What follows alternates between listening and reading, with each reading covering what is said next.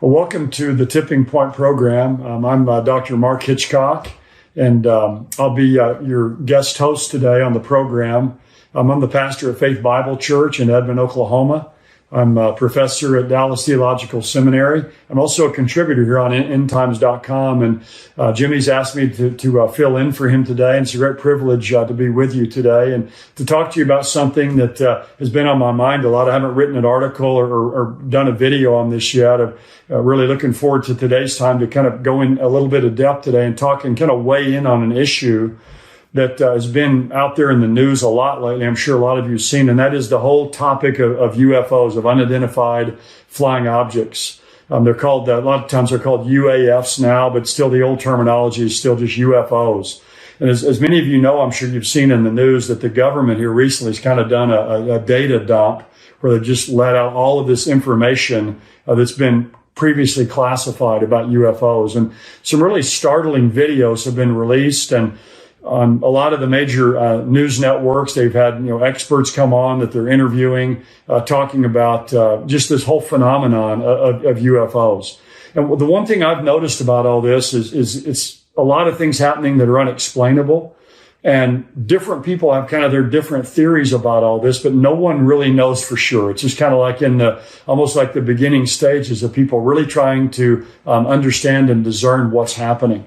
So I thought I will weigh in on this today. And what I want to do is I want to just talk a little bit about UFOs in general and tell you a story about kind of my interest in this and how I came to have a little bit more information about this. And I want to draw some conclusions at the end that I think will be helpful for you. So basically, my interest in UFOs started about 30 years ago. My wife, Cheryl, and I, we drive every year out to Ruidoso, New Mexico. Cheryl's parents for many years had a house there in an area called Alto, which is just north of Ruidoso. We still go out there every year now, but we'd go out there all the time back then and stay with her parents. And back in the day, when we'd drive out there, you'd go and you'd have to drive through the town of Roswell, New Mexico. Now, if you know anything about UFOs, you immediately know that's the UFO capital of the world. Now, when we go now, there's a road that takes you around Roswell, so we don't really go through the town. You kind of miss the traffic. But back then, you had to go right down through the middle of Roswell. And we started going out there in the early 90s. And for about 5 years, we would drive through Roswell, and you'd see, all kinds of souvenir shops and places with all kinds of memorabilia about UFOs. And there were a couple of large museums there as well. There's one called the UFO Enigma Museum and another one called the International UFO Museum. And going through Roswell and seeing those kind of just got me interested in the whole topic of UFOs. I'd wonder, what's going on here in Roswell? Why are people so interested in this? So I got a few books that I read that helped me out a bit. And we stopped a couple times and would go in those museums. But one of the times we were there it was August of 1996. I decided I was going to go out and see the supposed crash site where this alien spacecraft supposedly crashed in 1947. And so in one of the museums there, they had a man you could contact, and you could go out there and set up a time with him to meet, and he'd take you out to this crash site because he's the man that owns this land. So kind of just to back up a little bit on a couple things, this crash allegedly took place in July of 1947. That's the kind of this hallmark date really for those who study UFOs. But that summer there was a great time of UFO activity. In basically June and July of 1947, there were hundreds of UFO reports. Now there'd been some from ancient times. People would report things that were strange, but there was a real cluster of them in June and July of 1947. Kenneth Arnold in Washington State was a pilot. And in the summer of 1947, in June, he saw several flying discs in the air. And he's the one that came up with the title of flying saucers. And really the mother of all of these sightings, though, is, again, this alleged crash outside of Roswell, New Mexico in early July of 1947. So in August of 1996, my wife and I were there. She was there with me, had our two boys, and I left them for several hours and met the man who owns the land there named Hub Korn. And so I drove about 20 miles north of Roswell and met Hub there along the highway. I left my car there and drove down into this place that's on his land. And he picked me up in his blue Ford pickup, and we drove back in there and really slowly. He owns hundreds of thousands of acres there. He drives me back to this place, and I recognized it from the books I'd read about UFOs. There's kind of over in the distance, there's just a little raised area, an arroyo that's there where supposedly this spacecraft had landed, and there was had supposedly been this debris field there. And so he brought me out there to let me look around and see this. There was another couple that he'd brought out there as well earlier. They were still there. And so I was looking around, just talking to him, asking some various questions. And while we were there, a van pulled up. This van pulls up, and a whole group of people began to get out of this van, and they had a lot of video and recording equipment. And I thought this fascinating. What are these people doing out here? So I asked Cub Corn, I said, who are these people who are here? And he said, well, they're with a program called Strange Universe. And they kind of just look at, kind of strange phenomenon and do TV programs about those things. So they got out, and a man walked over there, and he was probably around in his 70s at that time, late 60s or in his 70s. And he had a Kansas State ball hat on. And we began to talk, and I asked him his name. He said his name was Frank Kaufman. And I said, well, Frank, what are you doing out here? And he said, well, I'm one of the original men who came out here to this crash site in July of 1947. We were the first few people here to this crash site. And so immediately my interest was piqued. And he said, Strange Universe contacted him to be on this program and to come out there and be with them. And he said, for a lot of years, he really hadn't talked about what happened. The government had kind of sworn him to secrecy, but he said, I'm a grandfather now, and, a lot of times gone by. So he says, I'm telling people now what I saw when I came here. So I asked him, I said, well, do you mind telling me what you saw when you came out here? And I actually wrote down years ago what he said. And so I want to just read to you what I wrote down after I got finished with my conversation with him. I said, Mr. Kaufman shared his eyewitness account of the crash site as he saw it in July 1947. He pointed out where he saw the vessel resting and described it. It was unlike anything he'd ever seen before. I listened intently as he said that it contained no fuel, but had pods underneath which experts believe somehow extracted power from the atmosphere. However, the most interesting information he shared concerned the aliens that he observed. He told me that one humanoid-looking being about 4 feet tall was lying on the ground not far from the ship. He pointed out the place where he saw this being. He took me over and showed me. And then he said another being was halfway out of the hole in the side of the vessel, and 3 other beings were inside what he called this spacecraft. And he said all of the beings were still and lifeless. He talked further about the disposal of the bodies and the cleanup of this debris field that it was left behind. And he spoke very matter-of-factly to me about the entire incident. And so we talked in detail about this, and I said, well, could this have been a weather balloon? Because initially, when the reports came out, it came out that this was an alien spacecraft. But about a day or two later, in all the papers in that area, it began to say, no, this was just a weather balloon. And he told me, he said, there's no way it's a weather balloon. And I said, did it look like a helicopter? Did it look like an airplane? He said it didn't look like anything that he had ever witnessed before. And it's interesting standing there talking to somebody like this because, again, this is a man who's a grandfather. Again, he's wearing a baseball cap that has the Kansas State mascot on there. He's not being paid any money to talk about this, and yet he's telling me what he saw. And again, the thing that was the most fascinating to me, I think, is these humanoid figures or humanoid beings that he saw lying there, and so. That caused my mind to start really whirling and stirring. And I was a skeptic. I admit I was a doubter about all this when I went out there that day. I'd read some books about it, but I thought, a lot of people are probably just kind of making these things up or just kind of stretching and exaggerating the truth. Well, that was really, again, the mother of all of these UFO events. And every year in Roswell, there's a big UFO festival. And back in 2021 was the largest one they've ever had. And that was even kind of when COVID was still around. So this is something that people are extremely interested in, obviously, today.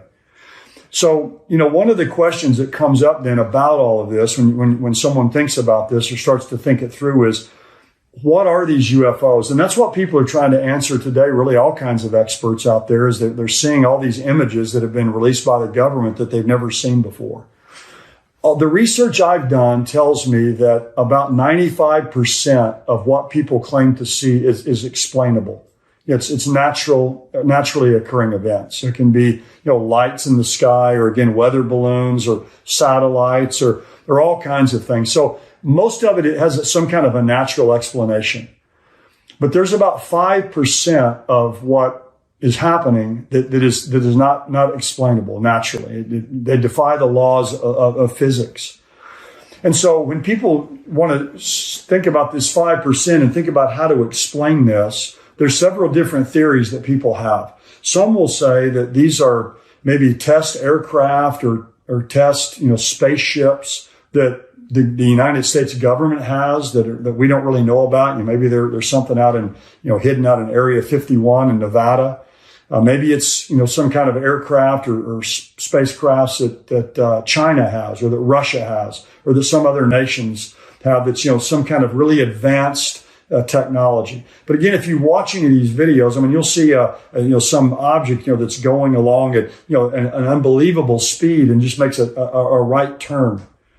And so they defy the law of physics. And you'd think if Russia or China or some enemy of the United States had this unbelievable kind of advanced technology, they'd probably use it to take over the world. So it doesn't seem likely to me that this is some human technology that's been invented. Others will say, many people say, well, these are aliens. They're beings from, somewhere, from some further galaxy than we live in, that are traveling here and that are investigating us or gaining information or want to have contact with us. So there's all kinds of theories. And of course, there's all kinds of movies, about that, the War of the Worlds and, Independence Day and E.T. And there's this incredible, spate of movies about this because people are fascinated with this topic. Now, people often ask, well, is it possible that there are beings who live on other planets somewhere? I guess from our study of the Bible, we'd have to say it's possible, but I don't think it's likely. The Bible gives us no indication that there's any created intelligent life other than angels and human beings here on the earth. And a lot of people that believe in, aliens that are coming from other planets, they also believe in evolution. You'll say, well, life evolved here. So, why wouldn't we want to believe that life has evolved, somewhere else on other planets? But again, we don't believe in evolution. We believe that God created the heavens and the earth, and that God created the earth, and he created the earth in a unique position. And on the earth, he created mankind, who's the pinnacle of God's creation that he made in his image. And it seems to me that if God has created beings on other planets somewhere, that would go against what the Bible tells us about man being the pinnacle of God's creation made in the image of God. And it's very complicated theologically, because you think if there are beings in other places and they've sinned, then what kind of provision has been made for their sins? So to me, it's a real complicated issue to talk about, beings that live in other places. The other explanation for this, and the one that makes the most sense to me, is that it's possible these parts of these events that we can't explain, these UFO events we can't explain, could be demonic. They could be demonic events that are taking place. Now, I can't prove that from the Bible, but we do know that, again, the only created intelligent life we know of from Scripture are human beings and angels. And again, if these aren't being made by humans, these UFOs, they're not from aliens. The only other possible created life that's intelligent are angels. And there's two kinds of angels, according to the Bible. There's good angels and bad angels. There's fallen angels and unfallen angels. They're called elect angels and evil angels. And we know that good angels wouldn't be carrying out the kind of activities that we see in UFOs to try to confuse people, or to cause this kind of sensation, or to cause people to think there's beings that live on other planets. So that kind of leaves me with the conclusion that it's possible, very possible, I think likely, that some of what's happening, again, a lot of this activity that we can't explain, is being carried out by demonic spirits. Now, that raises a lot of questions whenever I say that, but that's what I'm brought to really my own conclusion, because when you see this happening, it causes a lot of distress in people when they see, events taking place that they can't explain. Craft going at this aircraft or these spacecraft going at these incredible speeds, and then, making these 45-degree angle turns. It causes people distress. It causes deception, and it causes distraction in people's minds. So I don't think this is something that good angels, that unfallen angels would be doing. So my theory is that these are fallen angels taking some kind of material form. Now, that's a whole nother question. People will say, well, how could these demonic beings take this kind of material form? Well, we know throughout the Bible that angels often take material form.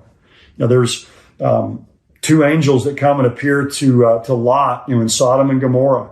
Angels appear to people throughout the Old Testament. In fact, sometimes when they appear, they look like human beings. Because over in the book of Hebrews, it says that, some people have entertained angels without knowing it or unaware. So they can take on some kind of form, even a human or a humanoid type form.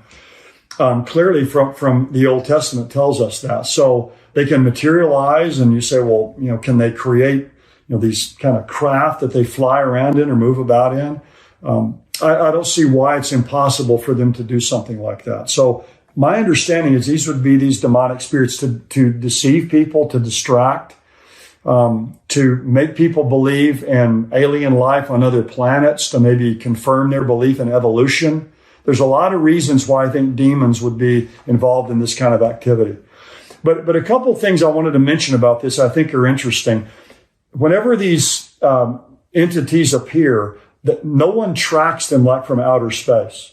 They don't have radar, and they see them coming in from outer space from far away, and then they appear here, and then track them going and leaving and going far away again.